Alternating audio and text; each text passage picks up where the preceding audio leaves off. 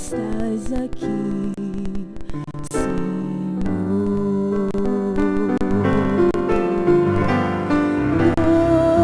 Doce mistério,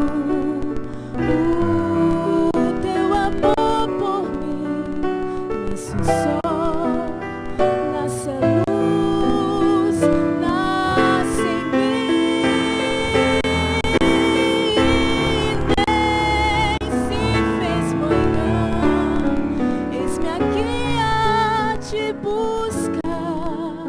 Sem ti a vida é vã, sem razão passará. Madrugada foge o sono. É tão bom saber que estás aqui, Senhor.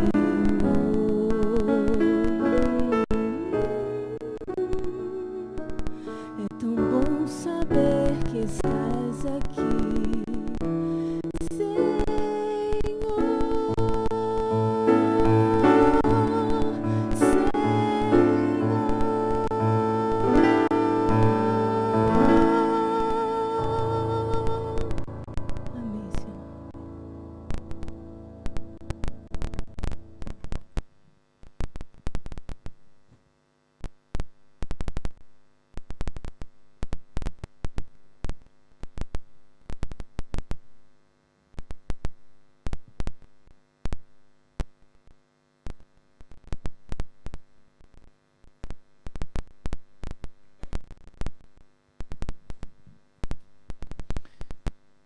Olá, boa noite. Tudo bem? Que bom. Como é gostoso a gente poder estar junto, né? Eu gosto muito, eu desfruto desse momento. Eu fico esperando por ele durante o dia, assim. Não que o pastor André não seja uma companhia agradável, ele é, sim. Está sempre preocupado em atender a gente e tal, mas é muito gostoso quando nós podemos estar juntos aqui hoje à noite. Também quero dar as boas-vindas aos amigos que nos acompanham pela internet. Estamos no ar, estamos online. Eu sei que alguns estavam esperando por esse momento, deu tudo certo. Eu estou feliz que você pode estar conosco aqui. E também quero dar as boas-vindas aos amigos que não estão me ouvindo pela tradução. É um privilégio ter vocês aqui com a gente. Eu tenho orado muito a Deus para que a minha voz, a minha mensagem, a mensagem de Deus chegue ao seu coração hoje. Que Deus abençoe vocês também. É muito gostoso. Obrigado à equipe toda que está trabalhando aí para a tradução. Que Deus use vocês. Ontem nós falamos sobre a importância de seguir os planos de Deus. E eu tentei ser muito cuidadoso em não enfatizar a importância do meu chamado. Eu usei, para quem não veio ontem, eu contei que eu nunca imaginei na vida que um dia eu seria pastor. E a batalha que eu enfrentei com Deus durante um ano, mas não para dizer que é importante ser pastor. É importante servir a Deus. Não importa a área que você trabalha, não importa a função que você desempenha. A pergunta não é se você seria um bom pastor, uma boa pastora. A pergunta é assim, olha, qual é o plano de Deus para a minha vida? E é isso que você precisa entender. E a partir daí estar preparado para algumas batalhas que você vai enfrentar, mas confiar em Deus e seguir em frente. E ontem eu não mencionei um dos textos que mais motiva a minha vida e que está no Salmo 37, no mesmo capítulo que nós lemos ontem, quando Davi diz assim: eu já fui moço e agora sou velho. Minha esposa não gosta quando eu falo isso. Ela fala: bem, você não é velho não. Eu falei: que isso, mulher? Fiz 50 esse ano. O que Davi está dizendo não é a idade física. Ele está dizendo assim: eu já vi muita coisa na vida. Eu já vi muita coisa, eu já conheci muita gente, eu já tive a ilusão da juventude, eu tenho o conhecimento da maturidade agora, eu já fui moço, agora sou velho, mas nunca vi um justo desamparado, nem a sua descendência a mendigar o pão. Então assim, Deus ampara, Deus cuida, Deus protege os seus filhos. Mesmo que você não enxergue isso, mesmo que você não entenda o que está acontecendo, confie no Senhor e Deus vai cuidar de você. Hoje eu quero convidar você a abrir sua Bíblia, por favor, no Evangelho de Lucas.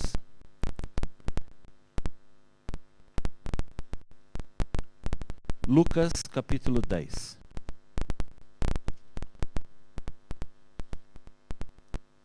Desculpem, capítulo 11. Doutor Lucas, eu gosto muito do Evangelho de Lucas. É o evangelho mais completo que tem. Lucas não foi discípulo de Jesus, Lucas andava com Paulo, escreveu o evangelho dele já mais para o final do primeiro século. E ele era um médico, doutor Lucas, escreveu o evangelho de Lucas e o livro de Atos. Havia muitas histórias sobre Jesus, se falava muita coisa sobre Jesus. E Lucas foi inspirado por Deus a fazer um trabalho de pesquisa para entender de todas as histórias quais eram verdadeiras e quais não eram verdadeiras. E o resultado é o Evangelho de Lucas, por isso ele é o mais completo de todos. Cada evangelho tem um objetivo diferente. Mateus escreveu o Evangelho para os judeus, para mostrar que Jesus era o Messias.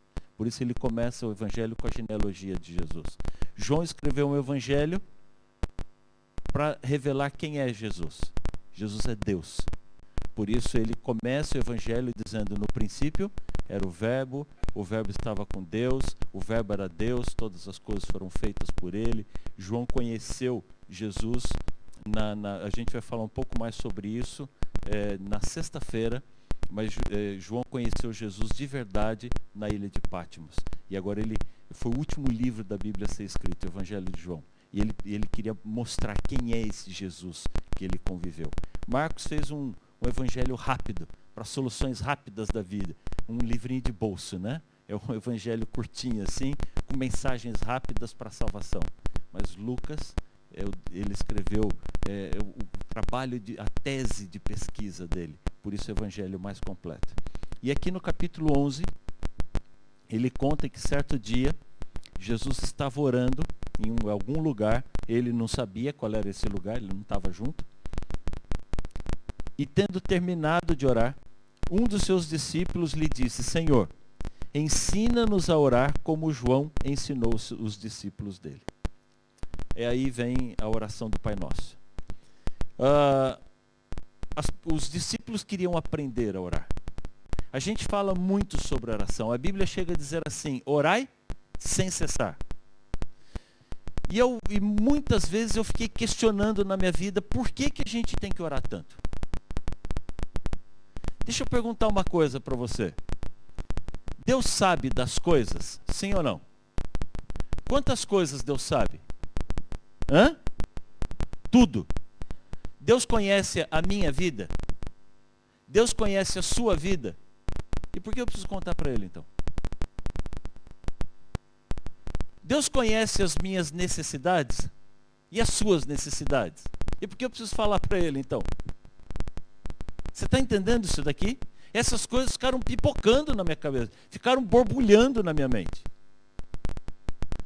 Porque se Deus sabe de tudo, por que eu tenho que ficar falando? E o pior, tem que ficar repetindo. E chega gente na igreja e fala assim: olha, eu gostaria que vocês orassem por mim. E alguém posta na internet, põe lá no Facebook: por favor, ore por mim. E a gente fica pedindo oração e um para o outro assim: ora. Por que tanta gente tem que orar por tanta gente? E tem assuntos que a gente passa 1 ano, 2 anos, 3 anos orando. Tem assuntos que a gente passa 10 anos orando sobre ele. Parece que eu estou tentando convencer Deus de fazer alguma coisa por mim que Deus não quer fazer. Eu falei: não, pera um pouquinho. Por que a gente tem que orar tanto? Para você entender como funciona a oração, a primeira coisa que a gente tem que entender é a história do pecado. O pecado não é o nosso assunto de hoje. Nosso assunto de hoje é oração. Eu só vou dar uma recapitulada. Tem gente que já estudou muito sobre esse assunto e hoje vai dar uma revisadinha. Tem gente que está chegando hoje pela primeira vez na igreja. Eu vou dar algumas informações rápidas, não dá tempo de explicar tudo para você. Eu apenas vou dar uma introdução. E qualquer dúvida que ficar, por favor, me procure. Fale comigo, procure o pastor André, procure um dos anciãos aqui, um dos líderes aqui da igreja.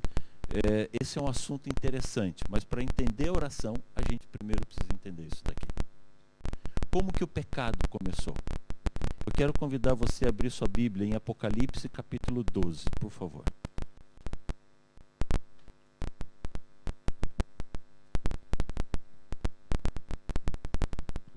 Apocalipse capítulo 12, versos 7 em diante. Apocalipse 12, verso 7 em diante. A Bíblia diz assim: houve uma batalha. Houve uma batalha no céu. Miguel e seus anjos batalhavam contra o dragão. E batalhava o dragão e seus anjos. Mas eles não prevaleceram. Nem mais o seu lugar se achou no céu. E foi precipitado o grande dragão, a antiga serpente chamada Diabo e Satanás, que engana todo mundo. Ele foi precipitado na terra e os seus anjos foram lançados com ele. Bom, o que é que nós encontramos aqui nesse texto? Primeira coisa que eu encontro aqui. A batalha aconteceu aonde? No céu. Toda luta, toda batalha tem dois lados, dois exércitos. Um exército era liderado por quem? Miguel. Quem é Miguel? Deus é um só, mas é formado por 3 pessoas. Tem gente que tenta complicar muito essa definição. Mas a maneira mais simples que eu encontrei de explicar, embora não seja exatamente assim, é pensando no casal. É um casal, mas um casal é formado por quantas pessoas? 2 pessoas. Mas é um casal. E são 2 pessoas. É um Deus formado por 3 pessoas. Assim como marido e mulher se unem pelo casamento e se tornam uma só carne, 3 seres se uniram por amor e se tornaram um único Deus. Continuam sendo 3 pessoas. São independentes. Têm vida própria, têm pensamentos próprios, têm poderes próprios. Eu me uni à minha esposa, eu continuo sendo Paulo, ela continua sendo a Simone. Eu continuo pensando como eu penso, ela continua pensando como ela pensa. Mas nós vivemos em função do outro. Assim, Deus é formado por 3 pessoas. 3 seres. Podiam ter lutado entre eles para disputar poder, mas Deus é perfeito. São seres perfeitos. Ao invés de lutar entre si, eles se uniram. Vivem em prol de uma única missão, mas continuam sendo 3 pessoas. Têm vida própria, pensamentos próprios. Nós não conhecemos os nomes deles. Mas quando eu digo Pai, eu sei a que pessoa da Trindade eu estou me referindo. Sei ou não sei? É apelido. Pai é apelido, não é o nome dele. O outro, eu chamo de Espírito Santo. Eu também não sei o nome dele. Mas quando eu digo Espírito Santo, eu sei a que pessoa da Trindade eu estou me referindo. Ao outro, eu chamo de Filho, de Jesus, de Cristo, de Emanuel, Deus conosco. Sexta-feira você vai entender um pouquinho por que tem tanto assunto envolvido com Jesus. Mas o principal ponto que você tem que pensar é que Jesus foi o agente da criação. Ou seja, ele ficou estabelecido que seria o criador da terra. Quando a terra foi formada, Deus estava presente na sua plenitude. Ele disse assim: façamos o homem à nossa imagem. Ou seja, os 3 seres estavam presentes. Deus estava completo. Assim como quando vou eu e minha esposa, o casal está completo. Na criação, Deus estava completo, as 3 pessoas estavam aqui. Mas não foi um jogral, não foi assim, um momento ensaiado para que os 3 falassem juntos. 1, 2, 3. Haja luz. Só um falou. Quem falou? A pessoa que nós conhecemos como Jesus. Por isso João diz, no princípio era o Verbo. Todas as coisas foram feitas por ele. Essa pessoa é a única pessoa que nós sabemos o nome verdadeiro dele. Qual é o nome verdadeiro dele? Miguel. Esse é o nome dele no céu. Miguel. Por que a batalha foi com Cristo? Porque Cristo era o agente da criação. A gente vai entender isso um pouquinho mais para frente. Mas eu tenho Miguel e os seus anjos batalhando contra quem? O dragão. O dragão está aqui embaixo explicado quem é o dragão. A antiga serpente chamada diabo e também Satanás. Ou seja, Satanás lutou contra Cristo. Essa é a batalha. Satanás e seus anjos lutou contra Cristo e seus anjos. Por que houve essa batalha? O que foi que aconteceu que houve essa batalha? Eu vou convidar você agora, deixa marcado aqui Apocalipse 12, porque a gente vai voltar para ele daqui a pouco. Mas vamos dar uma olhadinha lá em Ezequiel, capítulo 38, por favor. Ezequiel, capítulo 38. Ou, desculpa, 28. Não é o 38.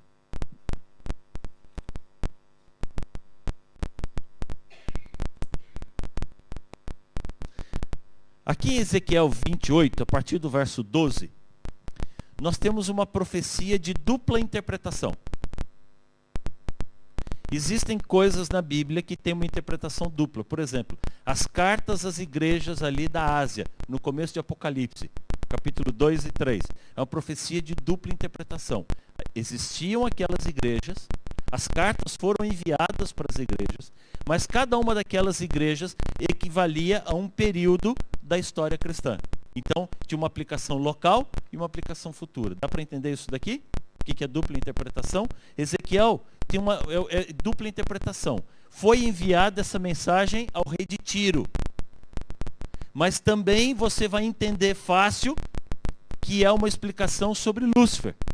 Diz assim, olha, filho do homem, Ezequiel 28, 12, filho do homem, erga um lamento a respeito do rei de Tiro e diga assim, você era modelo da perfeição, cheio de sabedoria e de perfeita beleza. Você estava no Éden, no jardim de Deus. Todas as pedras preciosas enfeitavam. E vem o nome das pedras. Verso 14. Você foi ungido como um querubim guardião, pois para isso eu o designei. Você estava no Monte Santo de Deus. Depois, verso 15. Você era inculpável nos seus caminhos desde o dia em que foi criado, até que se achou maldade em você. Verso 17, seu coração tornou-se orgulhoso por causa da sua beleza. Você corrompeu sua sabedoria por causa do seu esplendor. Por isso eu o atirei à terra e fiz de você um espetáculo para os reis. Quem era Lúcifer? Um anjo. Está aqui na Bíblia. A Sra. White dá alguma informação a mais. É a mesma coisa que está na Bíblia. Mas ela diz assim, olha, Lúcifer no céu era um elevado anjo. A sua forma era perfeita, forte e majestosa, uma luz resplandecia, mais que a dos outros anjos. Lúcifer, todos os anjos, no primeiro ano, embaixo de Deus. Ele é mais bonito, mais história.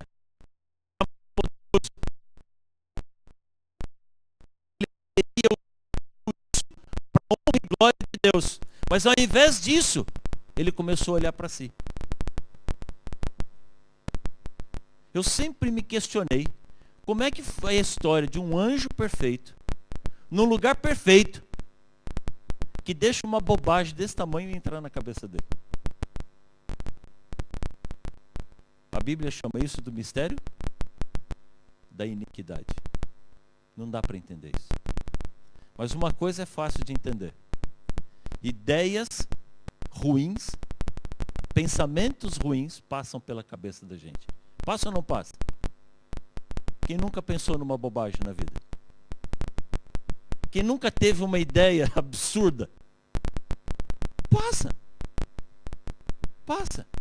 Qual é o adolescente, especialmente a adolescente, que nunca pensou em dar fim à vida porque o namorado terminou com ela? Essas bobagens passam pela cabeça da gente. Eu não posso impedir que uma bobagem passe por ela. Mas eu tenho que impedir que essa bobagem fique passeando no meu cérebro. Dizem que foi Martinho Lutero que falou isso. Eu não posso impedir que os passarinhos voem sobre a minha cabeça. Mas eu posso impedir que eles façam o quê? Um ninho. Então eu não tenho como impedir os pensamentos e as bobagens de passar por aqui. Mas eu posso impedir que essas bobagens façam ninho. Eu não posso dar liberdade plena aos meus pensamentos. O dia que passar bobagem pela sua cabeça, sai correndo. Bota rápido outra coisa no lugar. Enche a sua cabeça com coisa boa. Vai buscar alguém, conversa com alguém, começa a cantar. Precisa não fazer bobagem. Lúcifer devia ter tirado essa ideia boba da cabeça. Mas ao invés disso, ele começou a alimentar aquele pensamento. Eu sou melhor do que os outros. Quer saber de uma coisa? Eu mereço ser adorado. E ele começou a brigar com Cristo, porque ele queria o lugar de Cristo. Deus estava planejando a criação da terra. No plano da criação da terra ficou estabelecido que Cristo seria o agente da criação. Ele falaria, haja luz, haja firmamento. Ele ajoelharia na terra, moldaria o homem com as suas mãos. Ele sopraria nas narinas o fôlego da vida. Lúcifer queria esse lugar. Sr. White diz assim, Lúcifer invejou a Cristo e gradualmente pretendeu o comando que pertencia a ele. Por isso a batalha foi entre Lúcifer e Miguel. Foi específica entre Lúcifer e Miguel, porque ele queria o lugar de Cristo como Criador. Deus fez tudo que podia para tirar isso da cabeça dele. Além dele não aceitar, aos poucos ele começou a abrir essa rebelião para os outros anjos. E sabe o que ele fez? Ele ofereceu um governo novo e melhor. E o pior, quantos anjos acreditaram nele?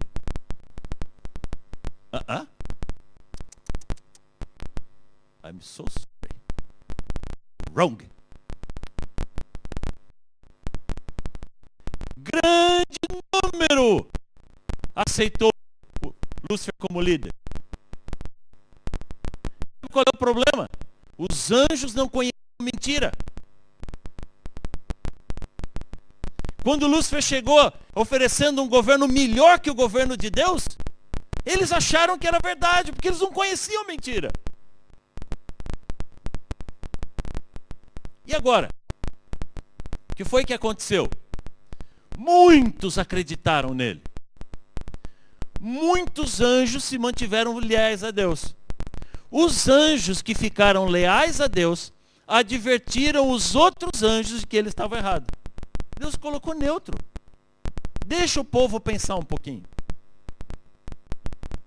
Quando os outros anjos alertaram, abriram os olhos deles de que eles estavam enganados, houve arrependimento. Todos os anjos se arrependeram. Mas tem um problema. Satanás governa com mentira. E aí ele inventou uma outra mentira. Sabe qual foi a outra mentira que ele inventou? Ele disse que ele mesmo, ele, Lúcifer, e os anjos que com ele tinham se unido, tinham ido longe demais para voltar. Deus não perdoaria Eles disseram assim: vocês foram bobos, seus bobões, seus tolos. Vocês acreditaram em mim, é lógico que eu estava mentindo. Mas agora não tem perdão. Deus está dizendo que vai perdoar, mas não tem perdão. Deus vai acabar comigo e vai acabar com todos vocês. A única chance que tem de sobreviver é conquistar pela força. O que foi que aconteceu dessa vez agora? Os anjos já não acreditaram mais em Satanás. A maioria não acreditou. Mesmo assim, uma parte deles caiu na lábia. Agora sim, qual foi a parte que caiu na lábia? Está lá em Apocalipse capítulo 12. Eu falei para você deixar guardado lá, né?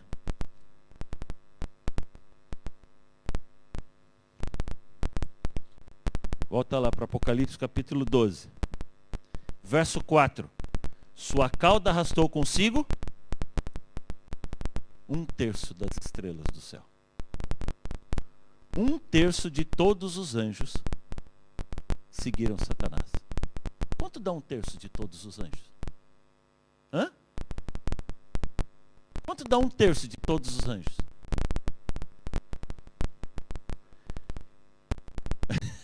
Essa é uma conta difícil de fazer, porque eu não sei quanto era o total. Mas se Deus tivesse 30 mil anjos, quantos anjos estariam com Satanás? 10 mil demônios. É muito ou é pouco? 10 mil demônios é muita coisa. Mas eu não acho que Deus tinha 30 mil anjos. Você acha que Deus tinha 30 mil anjos? Não. Se Deus tivesse 3 milhões de anjos, quantos anjos estariam com Satanás? 1 milhão de demônios rondando a terra. É muita coisa. Mas eu não acho que Deus tinha 3 milhões de anjos. A Bíblia fala em miríades de miríades, milhares de milhares. Não são bilhões. São trilhões, quatrilhões, quinquilhões de anjos. Sabe o que isso quer dizer? Tem uma legião de demônios rondando a terra que eu e você não conseguimos contar.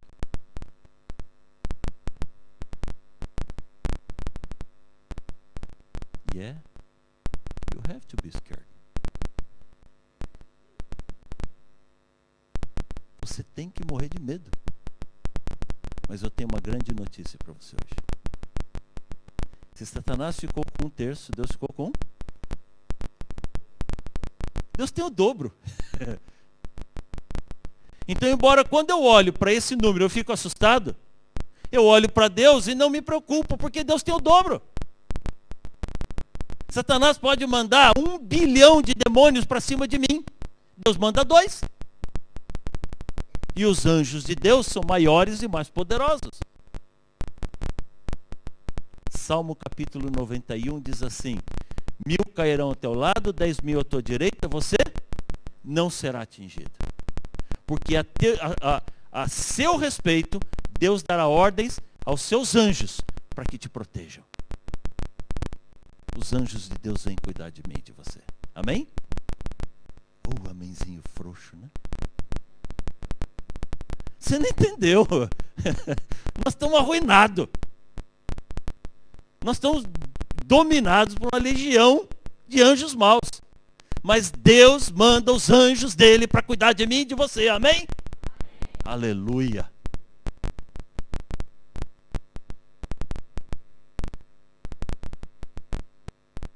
A Bíblia diz que houve batalha no céu. Quem venceu a batalha?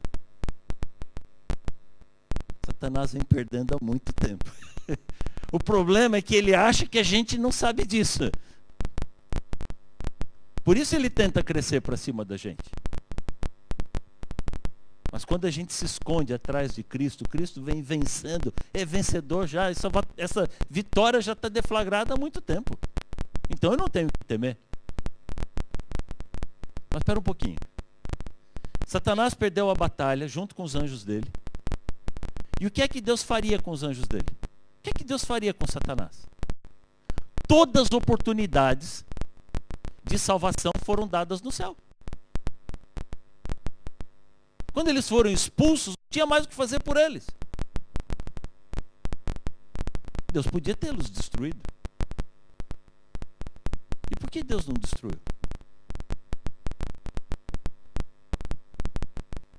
Porque Deus baseia o governo dele aonde? Na verdade e na justiça. Se Satanás governa com mentiras, Deus governa com verdade e com justiça. Se Deus tivesse destruído Satanás e seus anjos, Deus seria servido por medo. Os outros anjos teriam medo dele. Tá vendo? Satanás bem que falou. Deus sabia de tudo, mas os anjos não sabiam. Deus não aceita ser servido por medo. Porque Deus é amor.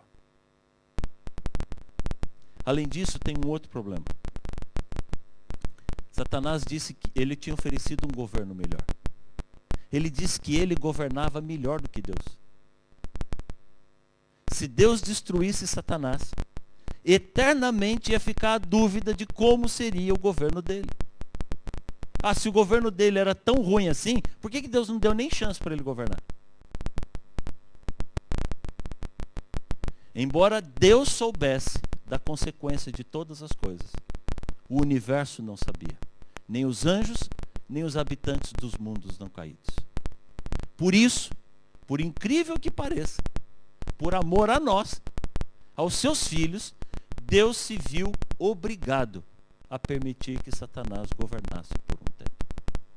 Deus precisava provar o caráter dele, de Deus, e o caráter de Satanás. E o único jeito era permitir que Satanás governasse por um tempo. Governar aonde?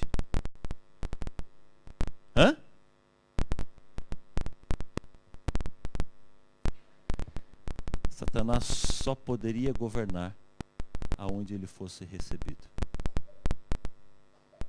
Foi dado a ele o direito de oferecer o governo dele a todos os mundos do universo. Então não é que Deus mandou ele para a terra. Nós aceitamos o governo dele. Você entendeu isso aqui agora? Quando Adão e Eva pecaram, nós aceitamos o governo de Satanás. Aí você fala assim, pastor, mas eu não tenho nada a ver com isso. Eu não estava lá no jardim do Éden, não fui eu que comi a fruta. Deixa eu perguntar uma coisa para você. Já teve alguma vez na sua vida que você sabia que aquilo estava errado e fez mesmo assim? Teve ou não teve?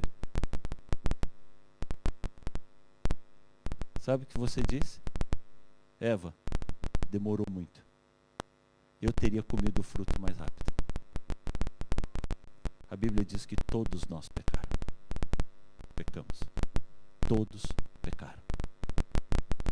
O problema do pecado não é um problema de Adão e Eva. O problema do pecado é um problema de toda a humanidade. Nós aceitamos o governo de Satanás.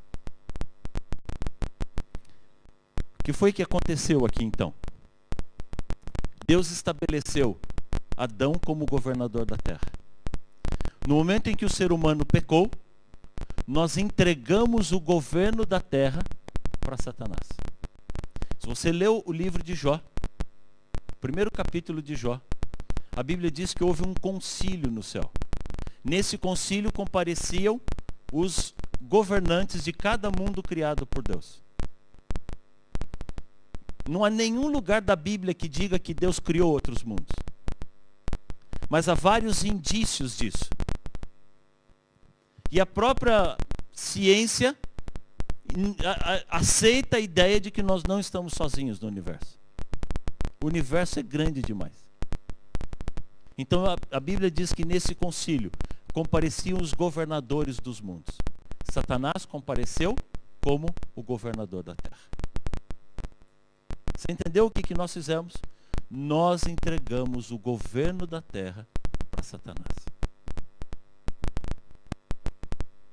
Quem governa Portugal?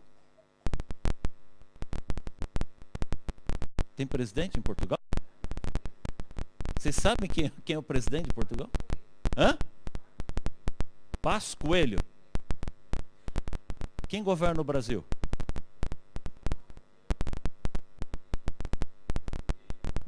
Outro dia alguém me falou assim, pastor, o senhor mentiu ali, o Brasil não tem governo. Não, mas tem, tá lá. Ou bem ou mal, tá lá. Dilma Rousseff. Quem governa a Austrália? Hã? Tony? Abbott. Cada lugar tem o seu governo. Deu para entender isso aqui? Quem governa a terra? Satanás. Você entendeu por que nós somos pecadores desde quando nascemos? Porque nós nascemos sob o governo de Satanás. Quem nasce nos Estados Unidos é norte-americano. Quem nasce no Japão é japonês. Quem nasce na Itália é italiano. Quem nasce no planeta Terra é pecador. Porque nasce sob o governo de Satanás. Você entendeu isso aqui? Agora vem a parte que mais nos interessa. Se essa terra é governada por Satanás, Deus não pode fazer o que Ele quer aqui na terra. Por favor, me entenda. Na língua portuguesa, nós temos essa expressão que nos deixa em dúvida. Porque em inglês, poder é power. Em português, poder e é capacidade de fazer. Em inglês você tem palavras diferentes, power e o verbo can. Deus tem poder para agir. Deus é o dono do universo. Ele até poderia fazer. Mas Deus não pode fazer tudo o que Ele quer aqui na terra. Sabe por quê? Porque a terra tem governo. É como você ter o governo nacional, ter os governos estaduais e os governos municipais. O presidente, o primeiro-ministro, governa sobre todo o país, mas ele não pode fazer o que ele quer numa cidade, porque ali tem governo, tem prefeito. Por incrível que pareça, para vir à terra, Deus presta reverência a Satanás. É estranho isso? Lembra da tentação? Satanás tentando Jesus? Ele disse assim, eu te dou tudo isso, eu te dou esse governo. Se você prostrado me adorar, você vai ser meu súdito. A terra, nesse momento, pertence a Satanás. Por isso Deus não pode agir da maneira como Ele gostaria. Ele não pode fazer tudo o que Ele quer. Porque se Ele vier fazer, Satanás entra e diz, opa, aqui não. Aqui quem manda sou eu.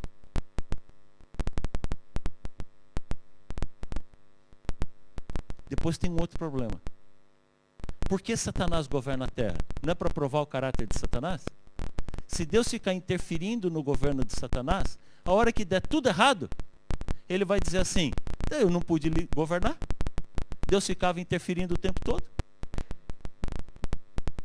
Por mais que doa no coração de Deus, ele é obrigado a deixar Satanás seguir o curso do seu governo.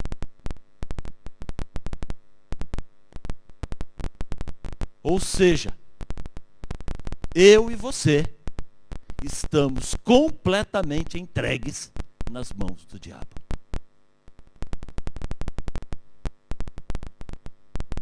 A menos que tem uma exceção. Quando é que Deus pode agir nessa terra?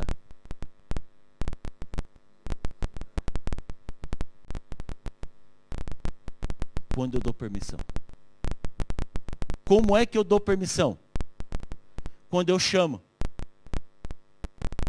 Se eu chamar, eu dou a Deus o direito de tirar Satanás da frente e falar, dá licença, eu estou indo atender o chamado do meu filho.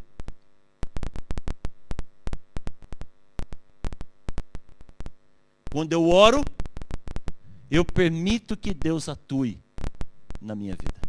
Amém? Está meio frouxo ainda, né?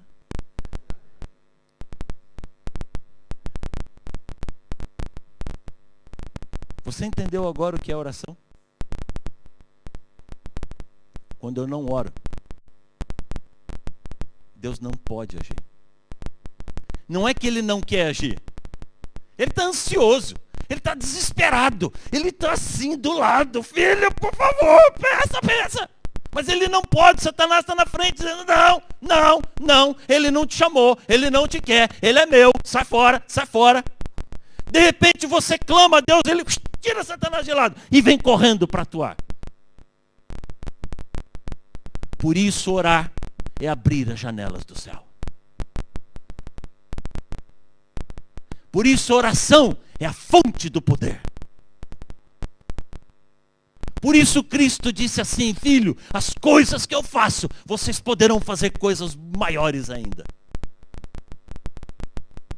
Se fizerem, em meu nome. Todo o poder do céu está disponível para mim e para você.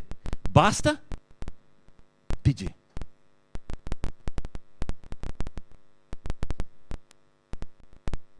Deu para entender agora? Você conseguiu entender? Uma vez eu estava andando com a minha filha na cidade de Brasília, capital do Brasil. E ela viu a bandeira da China hasteada. E ela falou assim, pai, aquilo ali está errado. Eu falei, o que, filho? Ela disse assim, eu aprendi nos desbravadores que aqui no Brasil só pode hastear, levantar a bandeira de um país se a bandeira do Brasil for hasteada junto. E ali só tem a bandeira da China, está errado. Eu falei, filha, mas ali está certo. Como assim, pai? Eu virei o carro e entrei com ela no setor das embaixadas lá em Brasília. Uma porção de embaixadas, uma ao lado da outra. Olha lá, filha. Ali só tem a bandeira do Japão. Ali só tem a bandeira da Itália. Ali só tem a bandeira do Canadá. Sabe por que nesses lugares pode hastear a bandeira do país sozinha?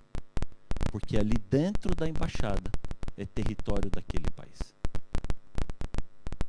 Quando você entra na embaixada de Portugal, você saiu da Austrália e está em solo português.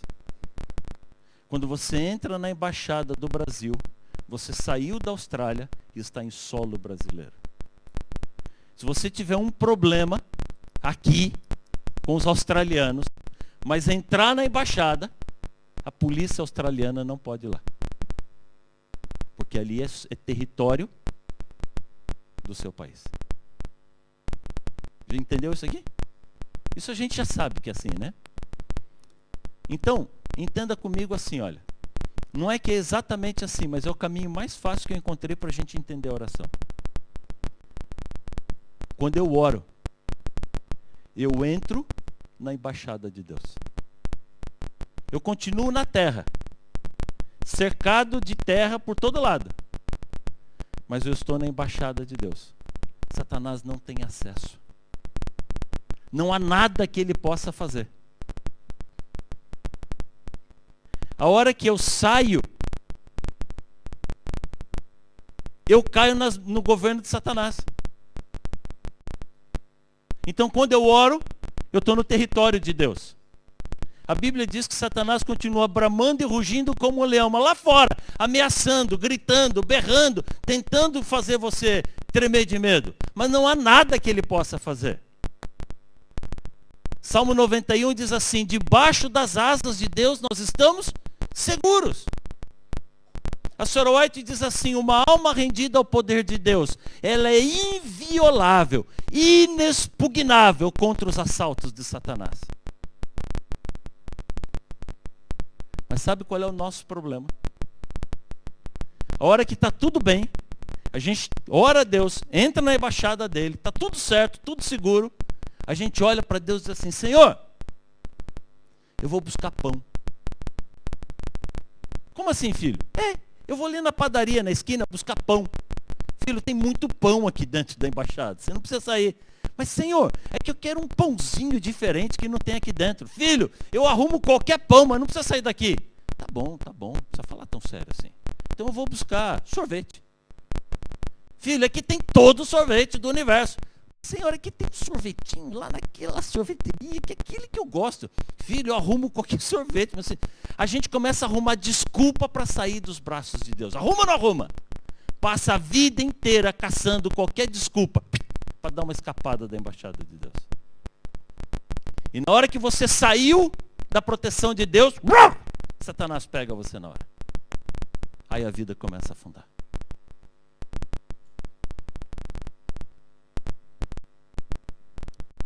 Vou colocar isso na prática para você. Os discípulos estavam no barco. A Bíblia diz que no meio da noite Jesus apareceu para eles. Fazendo o quê? Andando sobre a água. Você já tentou andar em cima da água? Hã? Só você? Mas ninguém mais tentou? Somos só nós dois? Porque eu também já tentei. Eu ficava assistindo os cartoons na televisão, os desenhos animados, e eu comecei a entender que era só uma questão de velocidade. Porque o cartoon, as perninhas dele ficam girando assim, e ele passa por cima da água. Eu falei, é isso que eu tenho que fazer. Eu tomei muita distância, assim, mas muita distância. E vim correndo, corri tudo que eu pude. Quando eu botei o pé na água, afundei.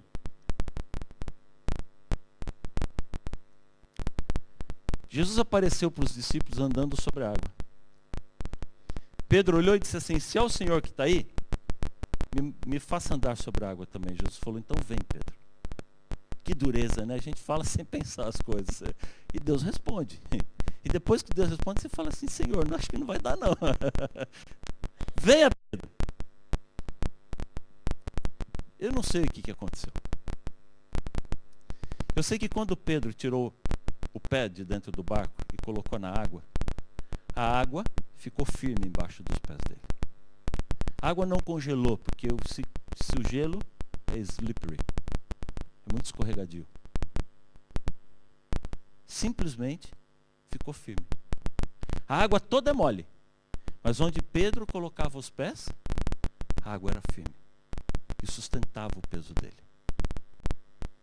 Pedro olhava para Cristo. Pedro estava nas mãos do Senhor, fazendo o que nenhum outro ser humano jamais imaginou fazer na vida. Mas de repente, Pedro disse assim, Senhor, vou ali na esquina buscar pão. Ele decidiu sair da embaixada de Deus.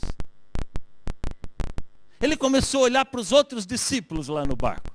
Ele começou a pensar na vida. Ele saiu das mãos do Senhor. Ele saiu da embaixada de Deus. O que foi que ele começou a fazer?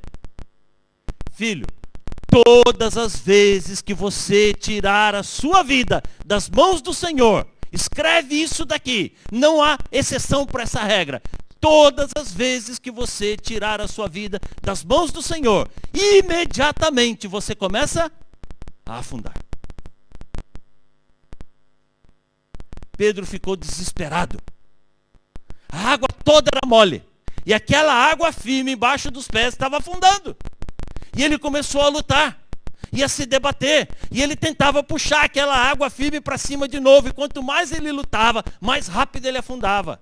Assim somos eu e você, lutando contra os problemas da vida. Quanto mais a gente luta, mais a gente afunda. E mais rápido afunda. Você enxerga Pedro afundando? Onde estava Cristo nessa hora? Na hora que Pedro estava afundando, onde estava Cristo nessa hora? Fala para mim. Parado ao lado dele. Por que Cristo não ajudou? Porque Pedro tirou esse direito do Senhor. Pedro estava no governo de Satanás. Você consegue enxergar Quantas vezes da sua vida Cristo esteve parado ao seu lado, desesperado por atuar na sua vida, e não podia? Simplesmente porque você tirou esse direito dele.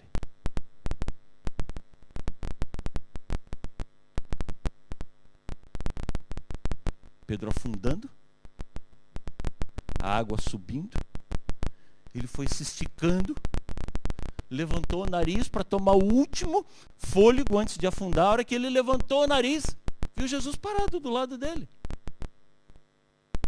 É a oração mais curta que eu já ouvi falar em toda a minha vida. Ele não teve tempo de ajoelhar, ele não teve tempo de colocar as mãozinhas, ele não teve tempo de fechar os olhinhos, ele não teve tempo de elaborar aquela oração tremenda. Oh, querido Deus que habita nas alturas celestiais. Pedro estava morrendo. Ele estava afundando. Só deu tempo de falar 2 palavras. Senhor, salva. Aliás, eu imagino que ele já falou assim: Senhor, salva-me. Acabou. Eu não sei como é que ele traduziu isso, né? Senhor, salva-me. Mas essa era a chave que Cristo precisava para tirar Satanás de lado, afastar Satanás da vida de Pedro e reconstruir a vida dele.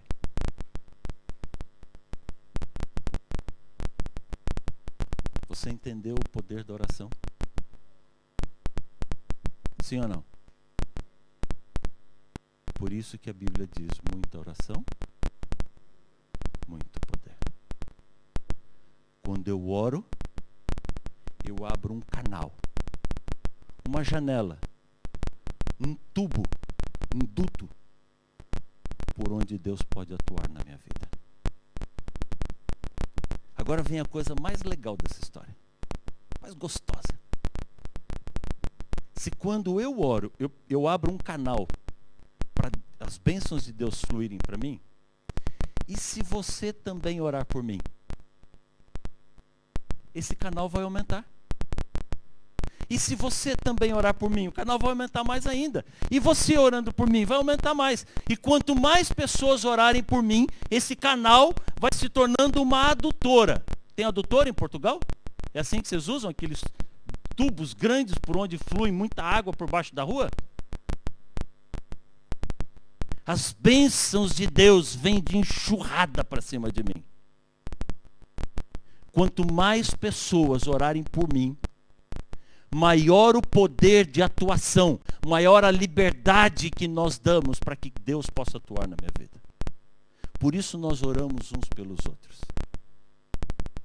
Não é legal isso aqui? Eu diria amém.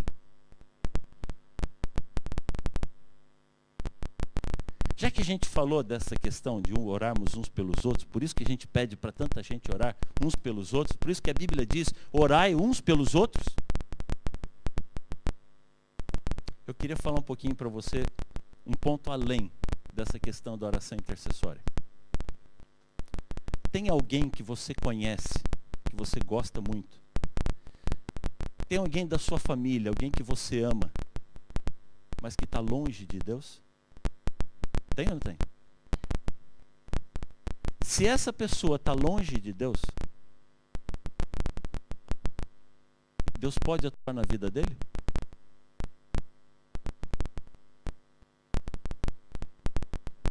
Ele não pede. Se Deus for atuar na vida dele, Satanás fala assim: opa, esse aqui não, esse é meu. Mas e se eu pedir por ele? Deus pode atuar na vida dele? Olha que coisa bacana isso aqui. Não é maravilhoso isso? Quando eu oro por uma pessoa, mesmo que ela esteja longe de Deus, eu permito que Deus vá lá e atue na vida dele. Amém? favor, filho, entenda isso aqui. Eu não posso cobrar resultado. Porque Deus não pode forçar o coração dele.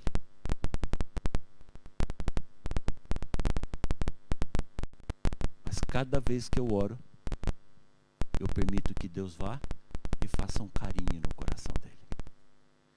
Que Deus fale ao ouvido dele. Filho, o que você está fazendo aqui no meio desse gente drogada? O teu lugar é outro. O que você está fazendo no meio desse inferninho? Aqui não é o teu lugar, volta para casa.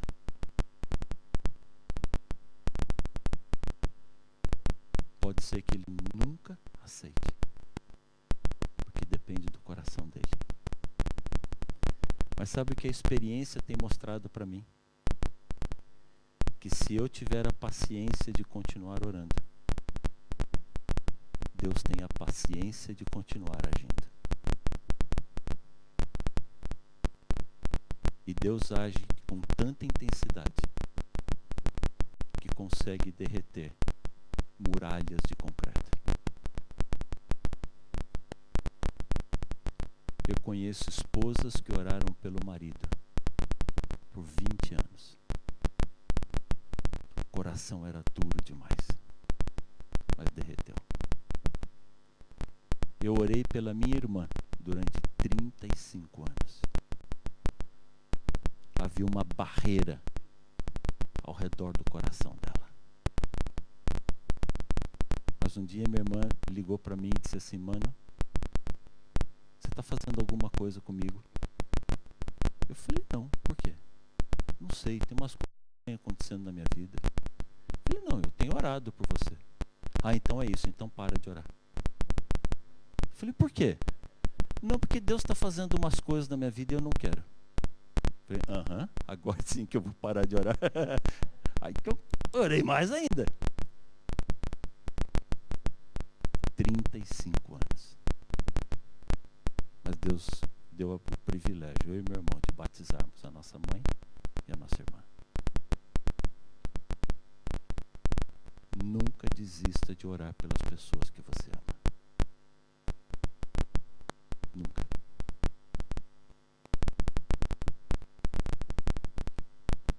Outro dia eu estava falando sobre isso e um senhor virou para mim e disse assim: pastor, é tão legal, tão gostoso ouvir o senhor falando do amor de Deus. Parece até que é verdade. Como assim parece que é verdade? É verdade. Ele falou: não, pastor, você não entendeu. Quando aceitei a Cristo, eu li na Bíblia sobre o sábado. E eu decidi parar de trabalhar no sábado. Eu perdi o meu emprego por causa disso. Faz 12 anos que eu estou desempregado. Tem 12 anos que todos os dias eu bato na porta de um monte de empresas pedindo emprego. Até hoje, eu continuo desempregado. O senhor vai dizer que Deus gosta de mim?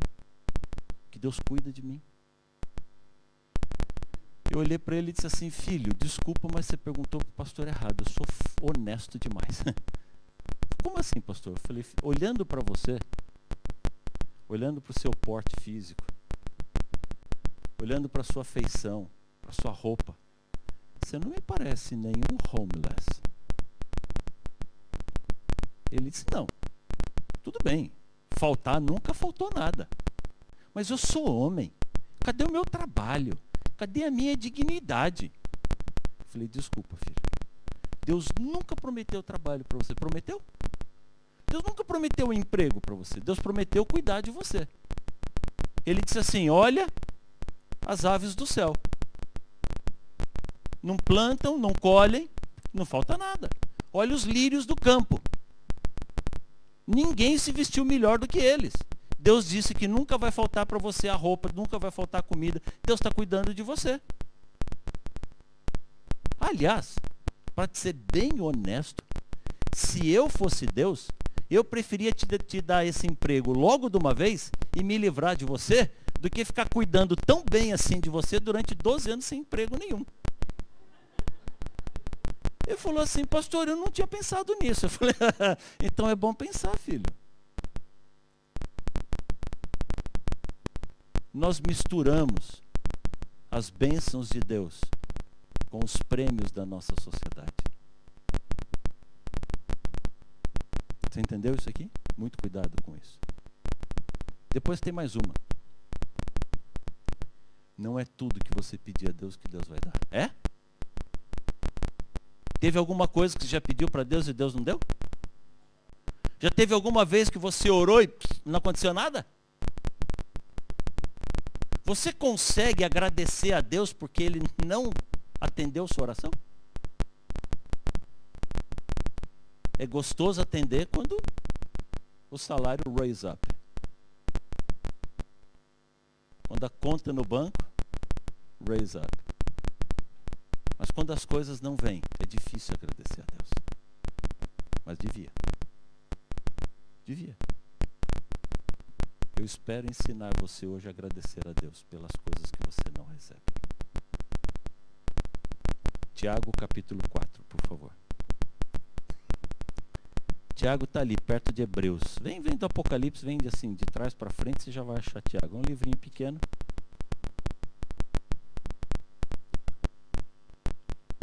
Tiago capítulo 4. Achou? A sua Bíblia tem Tiago sim, viu? Pode procurar aí que você vai achar.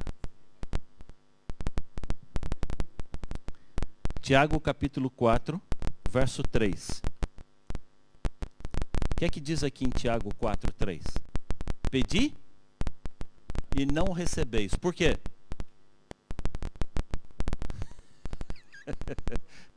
Simples assim. Pedi e não recebeis, porque pedis mal. Nós não sabemos pedir. As nossas orações parecem muito importantes para nós. Mas a gente é muito pequeno, muito infantil. A nossa visão é muito curta. A gente não conhece nada da vida. Quem tem um pouco mais aí de 35, 40 anos de idade, em algum momento da vida deve ter assistido um desenho dos Thundercats. Os Thundercats era um desenho que tinha o Lion, que era o líder deles. Eles moravam num lugar chamado a Toca dos Gatos. E o Lion tinha uma espada, chamada Espada Justiceira. E quando o negócio estava muito complicado, o Lion olhava para a espada, e na espada tinha um olho, que era chamado do olho de Tandera. E ele dizia assim: espada justiceira, me dê a visão além do alcance. E o olho de Tandera abria, e ele enxergava o que estava acontecendo lá no outro lugar. I'm so sorry. Não existe Toca dos Gatos. Nunca existiu. Não tem espada justiceira. O olho de Tandera não resolve o seu problema. Nós não temos visão além do alcance. A nossa visão é curtinha assim, ó. A gente enxerga até a parede. Se tirar a parede, enxerga até a outra parede. Se derrubar todas as paredes, a gente enxerga até a curva. Você chega na praia, de frente para aquele oceano imenso, e enxerga só a praia. A gente conhece muito pouco da vida. Quando nós oramos, a nossa oração parece uma conversa de criancinha de 3, 4 aninhos de idade. A gente não sabe pedir. A minha filha tem 19 anos de idade. Ela faz faculdade de psicologia. Mas quando ela tinha 4 aninhos de idade, uma vez nós estávamos em casa, eu e ela. Meu filho mais caçula não tinha nascido ainda. E a minha esposa telefonou em casa e disse assim: bem, eu não vou poder almoçar em casa. Você se ajeita aí com a Stephanie? Eu falei: não, pode deixar que eu me viro aqui com ela.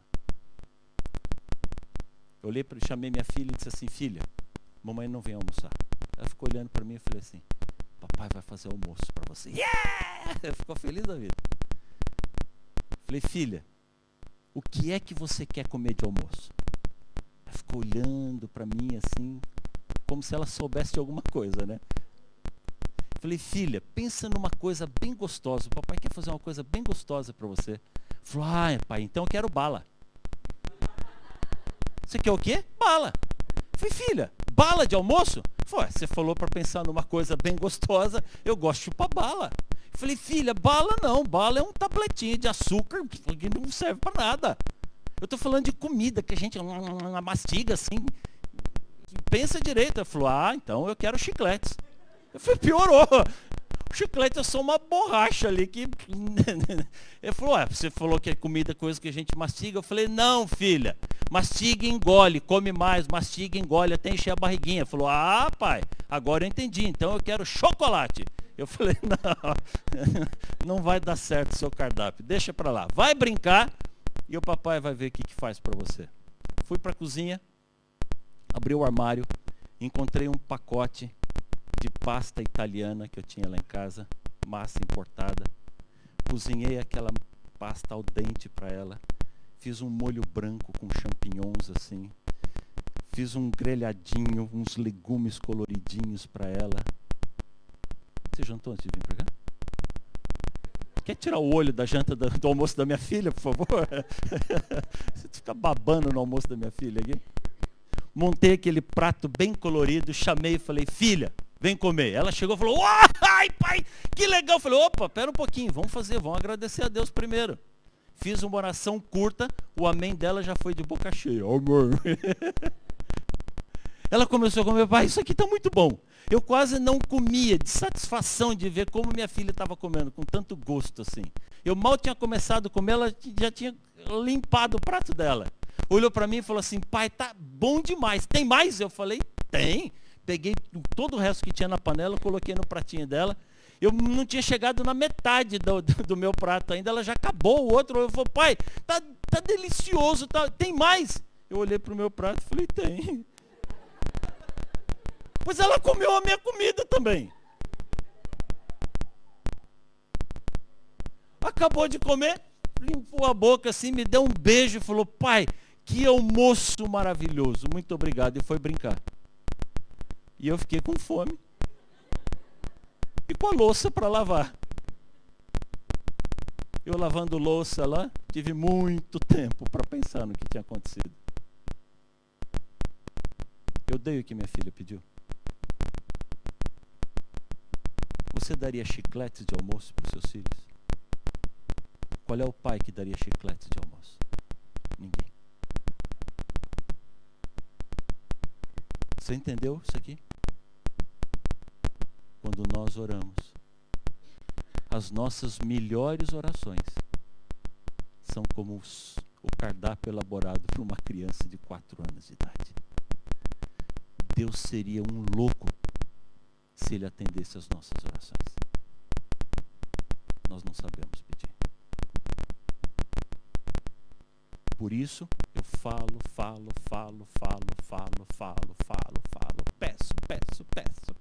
peço. Lá no final, eu digo assim, mas Senhor, seja feita. Filho, você diz, faça a tua vontade. E quando Deus faz a vontade dele, você reclama. Estou de mal. Eu quero. Faz birra. Não é possível. Quando a minha filha disse, pai, eu quero bala, eu quero chicletes, eu quero chocolate. Eu que sou o pai, sabe o que eu ouvi dela? Pai, eu não conheço todas as coisas. Faça para mim uma coisa que seja tão gostosa quanto bala, quanto chiclete, mas que faça bem para mim. E foi isso que eu fiz para ela. Demorou um pouco mais do que eu pegar uma balinha no armário. Eu tive que cozinhar a massa, eu tive que fazer o molho branco, eu tive que preparar os legumes, o grelhado. Mas quando ficou pronto, ela adorou muito mais do que se eu tivesse dado bala para ela. Às vezes demora um pouco para o Senhor cozinhar a sua vida. Você queria que ele pegasse uma balinha, um chiclete no bolso e desse para você. E Deus disse assim, não, filho.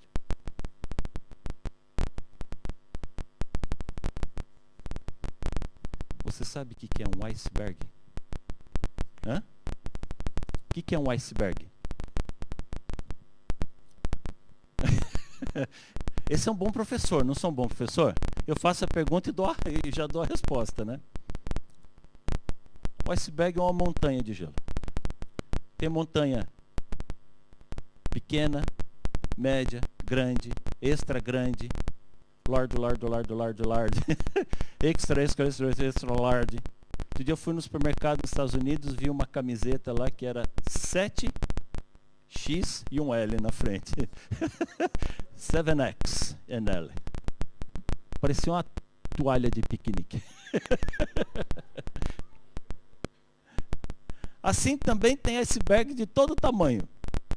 Small, little, small, SS, né, double S. Tem large. Esse daqui tem uns pinguinzinhos. Tá vendo os pinguins aqui embaixo? Os pinguinzinhos desse tamanho.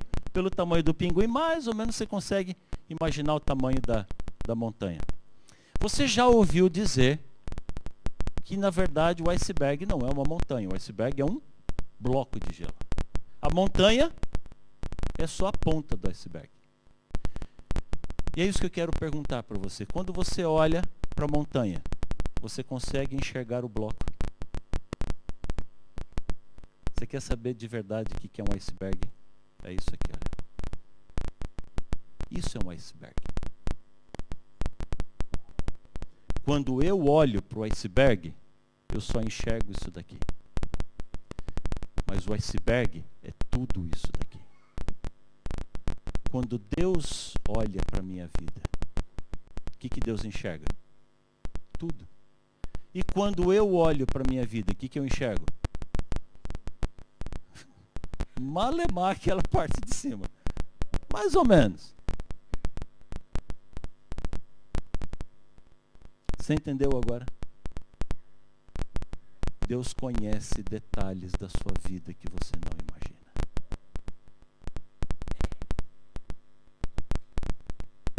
Por isso, por favor, don't fight against God. Não lute com Deus. Entregue sua vida nas mãos do Senhor. Confia nele. Porque todas as outras coisas Deus fará por você. Filho, orar é trazer o poder do céu sobre você. É muito poder. Use com sabedoria. Coloque tudo o que você quiser diante de Deus. Mas não esqueça de no final dizer, mas Senhor, seja feita a tua vontade. E quando Deus fizer a vontade dele com você, agradeça a Deus. Ainda que a vontade de Deus seja completamente diferente da sua vontade, agradeça a Deus. Porque quando você chegar um pouco mais ali na frente, você vai descobrir que Deus estava completamente certo e que você estava completamente errado. Eu já fui moço. Agora sou velho. Nunca vi um justo desamparado. Nunca vi os seus filhos, a sua descendência, mendigar o pão. O Sr. White diz assim, eu não tenho nenhum medo quanto ao futuro. A menos que eu me esqueça a maneira como Deus tem cuidado do seu povo no passado.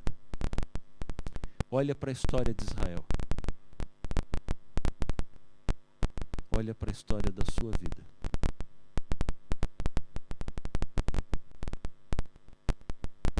Vale a pena confiar no Senhor. Eu quero convidar você hoje a entrar na embaixada de Deus. A clamar ao Senhor. Talvez como há muito tempo você não fazia. Eu quero convidar você hoje a orar sabendo o que é a oração. O poder da oração. A importância de orar. Nunca desista de orar pelos seus propósitos. Nunca desista de orar pelos seus sonhos. Não tem nada de errado em você sonhar. Mas submeta todos os seus sonhos a Deus. Porque os sonhos de Deus são melhores. Faça todos os seus planos. Mas confie no Senhor, porque os planos de Deus são melhores. Deus está pronto para agir na sua vida. Deus está pronto para agir na vida das pessoas que você ama. Se hoje você permitir que Ele faça isso. E quando você acordar amanhã de manhã, abra espaço de novo para Ele agir. E a hora que você for sair para o trabalho, abra espaço de novo para Ele agir. Quanto mais espaço você abrir para o Senhor, mais Ele vai atuar na sua vida. Ele está pronto para fazer isso. Que Deus te abençoe. Vamos orar ao Senhor? Querido Deus, obrigado pelo teu amor tão grande por nós. Obrigado porque o Senhor não nos abandonou aqui nesse mundo de pecado. Nós precisamos muito do Senhor em nossa vida. Nós somos presas fáceis nas mãos de Satanás. Somos caçados o tempo todo por ele. Mas o Senhor prometeu abrir as tuas asas sobre nós. O Senhor disse que debaixo das tuas asas nós estaremos seguros. Por isso, Senhor, eu peço que o Senhor tome a cada um de nós nos teus braços de amor. Que o Senhor nos envolva com o teu poder. Para que sobre nós Satanás não tenha capacidade, não tenha poder de atuar. Hoje nós queremos abrir o nosso coração, como há muito tempo não fazíamos. Colocar a nossa vida nas tuas mãos. Por favor, Senhor, cuida de nós. Ouça a oração dos teus filhos. Interceda por cada um desses teus filhos que estão aqui hoje. Mas eu tenho um pedido muito especial a fazer ao Senhor. Há pessoas que nós amamos que estão muito longe daqui. Estão muito longe dos teus caminhos. Estejam onde eles estiverem. Por favor, Senhor, eu te peço. Envia o teu anjo para tocar no coração deles. Nós temos nomes em nossa mente. Nós estamos colocando do Senhor, perante o Senhor, essas pessoas que nós amamos. Se for preciso entrar no inferno para buscá-las de volta, por favor, Senhor, vá lá e toca no coração deles, para que eles possam lembrar do teu amor e tomar a coragem de voltar para a tua casa, Senhor. Leva-nos em segurança para casa. Cuida de nós. Dá uma boa noite de descanso. Nos acompanhe nas atividades do dia amanhã. E amanhã à noite, por favor, nos permita estarmos mais uma vez na tua presença. Eu te peço, eu te agradeço. Em nome de Jesus. Amém, Senhor. Amém. Que Deus abençoe você. Que o Senhor cuide de você. Uma boa noite a todos e até amanhã, se Deus quiser.